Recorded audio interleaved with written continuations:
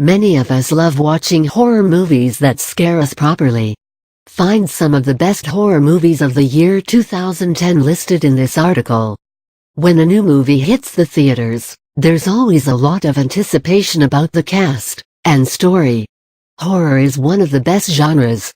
Even though you are shifting in your seats and watching the movie through the gaps in your fingers, you still manage to find it interesting.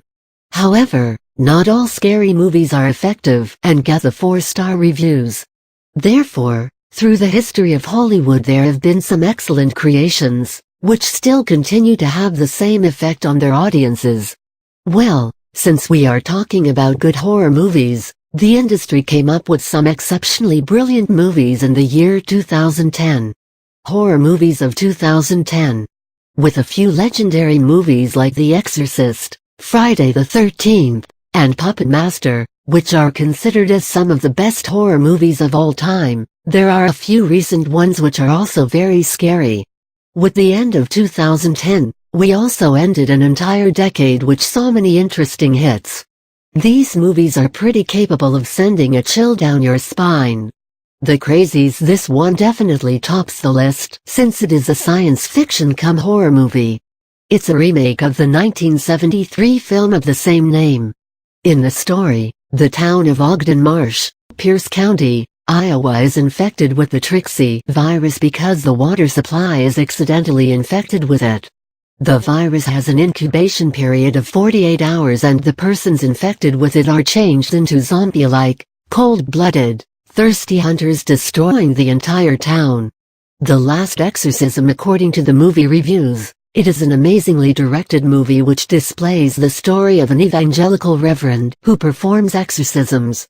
He decides to retire from this job by performing his last exorcism and hires a camera crew for real footage to document it in the process.